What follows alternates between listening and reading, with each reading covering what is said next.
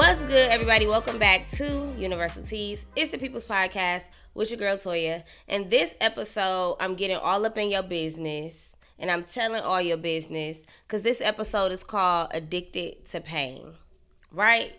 So the way that I came across the idea for this episode was just through conversation with a friend, and this friend kind of brought up to me in my own situation that I'm going through. She kind of mentioned, like, I think you're addicted to this pain that you have, right? It's not seeming like you're able to let it go. It's not even seeming like you want to let it go. It seems like you kind of like holding on to it. And at first, when I heard this, I was definitely in my feelings. I'm like, what you mean? Like, who you talking to? How dare you? How dare you tell me I'm addicted to pain? No, I don't like this.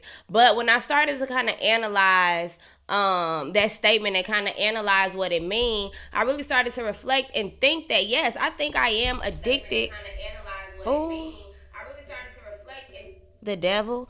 I kind of reflected on what it meant, and I really started to internalize that and think that I was addicted to not necessarily pain in general, but the situation. I got so comfortable in the situation that the ebbs and flows became normal. The inconsistency became normal to me. The toxicity became normal to me. And so since that became my normal, I was addicted to it. Like, I wanted to see that. That's what love turned into for me. So y'all know that I'm always breaking down definitions of words. And so when I titled this episode Addicted to Pain, I needed to actually know what the word addicted meant.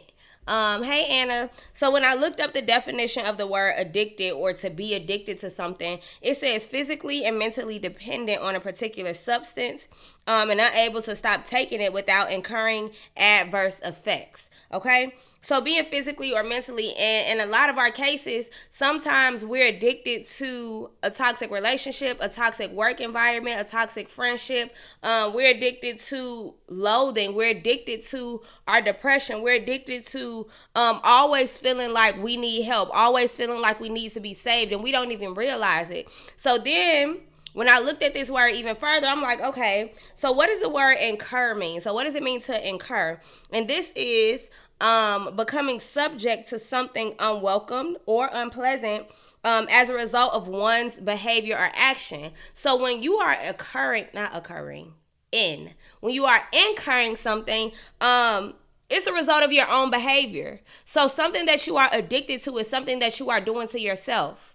So in my situation, or in situations of toxic relationships or toxic friendships, toxic work environments, you are doing it to yourself, because we allow people only do, and I know y'all have heard this time and time again, people only do what you allow. So if you're continuously allowing these situations, these energies, these people, this environment to engulf you, to envelope you, to be a part of who you are, that's a part of being addicted. So yes, you are addicted to it because you continuously allow it. You continuously let it become a part of who you are, right? And then the other word that stuck out to me is that you are incurring this with adverse effects. So I looked up what the word adverse means. And so adverse means to prevent success or development. It's harmful or unfavorable. So there is nothing positive. When I looked up the definition of the word addicted and these words that are associated with the word addicted,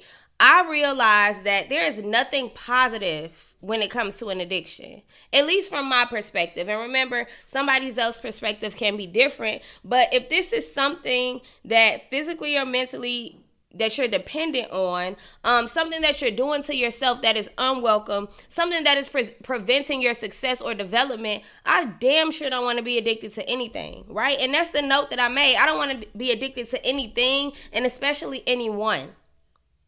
Because when you are addicted to something, it's painful, it's harmful, it's stifling your success, it's stifling your growth. Being addicted to anything is crippling if you look at the literal definition of the word, right? So let me know, like, what is it okay to be addicted to? Because after knowing that, I don't think anything is worth being addicted to. Not even wine. Hold on, let me take a sip.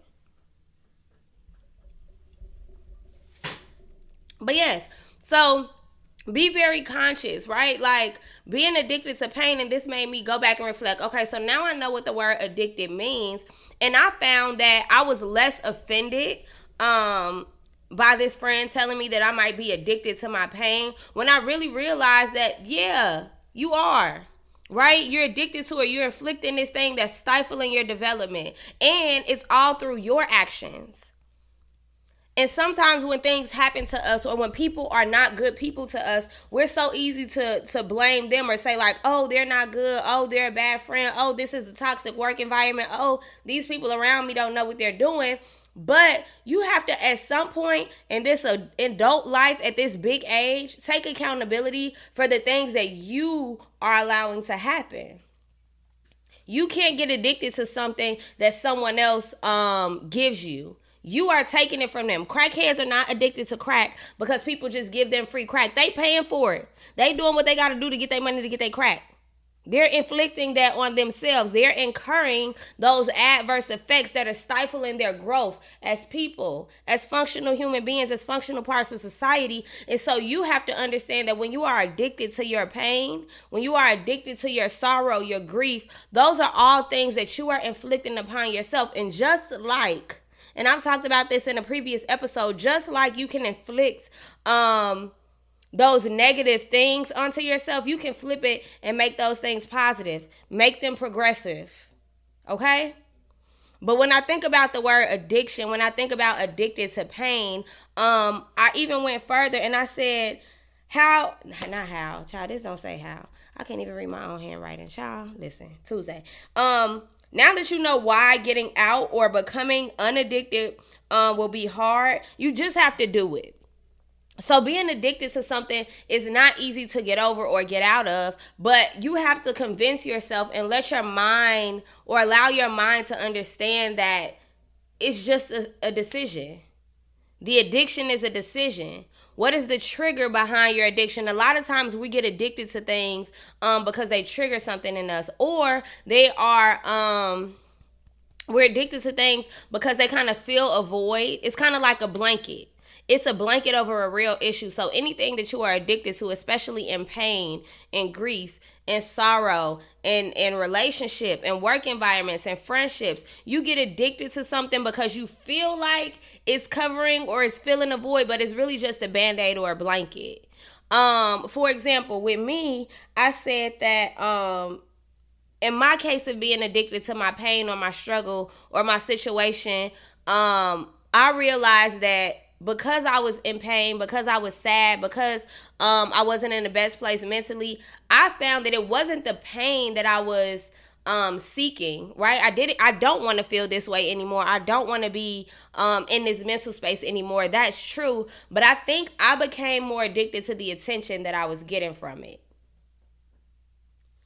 And so what a lot of people fail to realize or acknowledge or accept is that when you are grieving, when you are hurt, when you are depressed, when you are heartbroken, when you don't like your job, you complain about it, right? And you find people who will then feed into that negative energy. They'll kind of coddle you, if you will. So being hurt is like you always have somebody in your corner like, oh yeah, I'll get over it, or you're fine, you're beautiful, you're hardworking, you're talented. And so you're always looking for that validation, if you will. But what I'm trying to teach myself, right? Because remember, this is a space where I'm not necessarily giving advice, but I'm venting, if you will. So I've realized that I have to understand that the attention that I want isn't because I'm in pain, and I can switch complaining or sitting in my pain or feeding my addiction to the pain or the thing that causes me pain and make it more positive. Get that attention from doing what you need to do. Get that attention from the compliments that you do for living out your passion. So flip it. Just change the narrative. Go within yourself and figure out what it really is that you need. If you're addicted to drinking, why is it that you're drinking? What is it that you get out of it? And really do the work. And I'm not saying that this is going to be easy. It's probably one of the hardest things to do. That's why people are on drugs for such long periods of time. This is why very rarely people successfully make it through rehab the first time they do it. But when you're addicted to something, they try to get you to the root. They try to get you to the root of why you're doing it, and that is what you need to fix. That is what you need to hone in on, right? Is it really this pain or this person that I love that I'm addicted to? Is it the attention that I get from everybody who tells me that I'm so strong, and that I can make it and that I can get through it and that I don't need you and I don't need them and I don't need this, right? So you really have to figure that out. And I think the more honest that we are with ourselves, the easier that process is going to be. And that's just kind of like the saying, that people mention when they're like, you can't heal if you don't admit that you're hurt. The first step, when y'all go to AA, when they go to AA meetings, the first thing they be saying is the first step to fixing a problem is admitting you have one.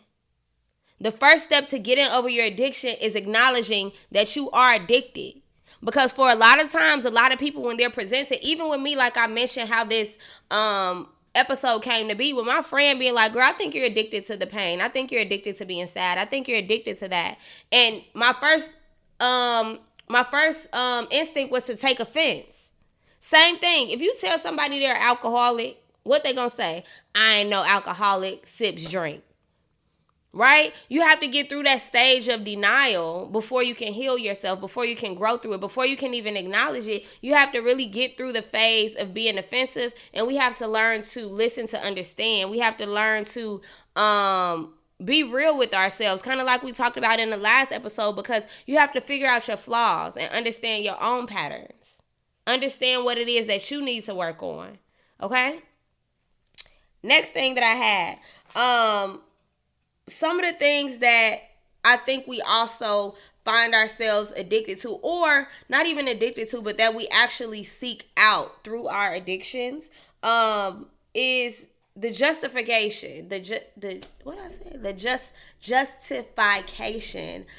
justification that we get in our low moments. We are always looking for a tribe. We're looking for love. We're looking for support. But honestly, you have to flip the switch and tell yourself that I'm looking for support for people who are great. I'm looking for support from people who are healed. I'm no longer looking for people to justify my bullshit.